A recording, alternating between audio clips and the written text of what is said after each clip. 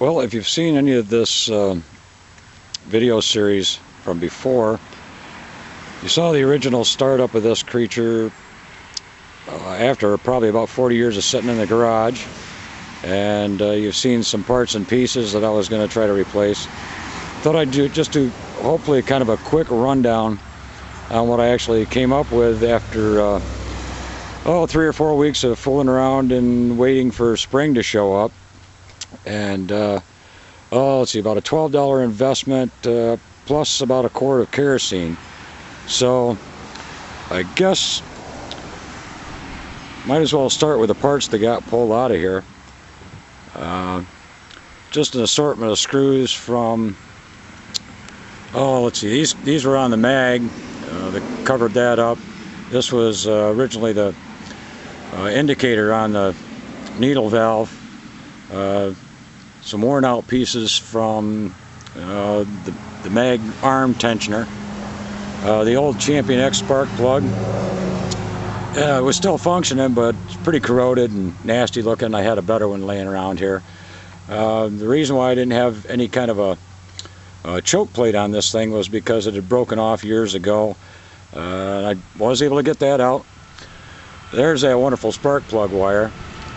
How in the world that thing was carrying a spark, I don't know, but it's got a little better one on there now. There's the old oiler. It was broke off, but well, let's start with the oiler.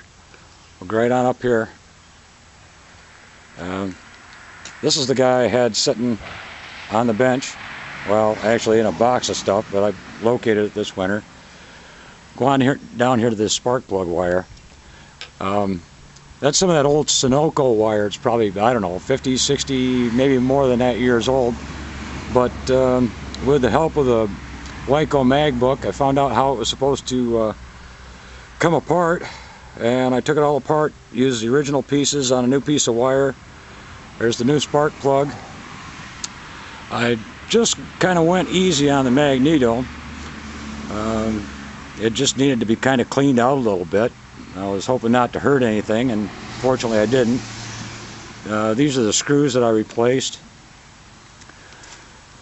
Other than that, there was some cleaning up and a little bit of polishing involved. Made the new choke plate. Had to have the new screw for that. The only thing I could find in a 1024 thread was a brass screw. So that worked out all right. And while I was at it, I went ahead and replaced this one with a 1024.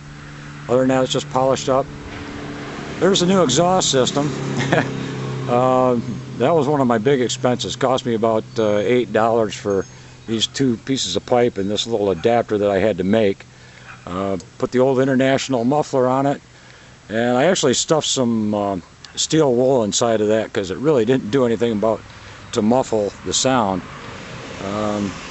There is a piece of pipe here that was the original exhaust system. Yeah, that's over here. Yeah, that was the original exhaust with this elbow on there. That was the exhaust system at that point. But other than that, it's just like I say, about a gallon of kerosene and a little bit of brushing, and it cleaned up okay. The other thing, of course, was the skids that were busted. Kind of had to try to hold them together while I was trying to run it the first time, and so sacrificed a little bit of hemlock for that. Here's the oilers and the crankcase cleaned up. Oilers are fine once they got clean. This is a really kind of a neat little oiler here. Centrifugal feed. There's about 11 parts to that oiler. It's kind of unique, but everything came out all right. Turns over, and the more it runs, the better it gets. So YouTube, of course, is going to tell me that this is a shaky video, so hope you bear with me. But anyway, this is the old Jaeger cement mixer motor. And well, it's made it through just about 90 years, and Maybe it'll make it another 90.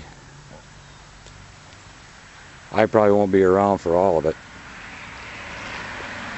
Anyway, I hope this hasn't burned up too much of your time. And thanks for watching.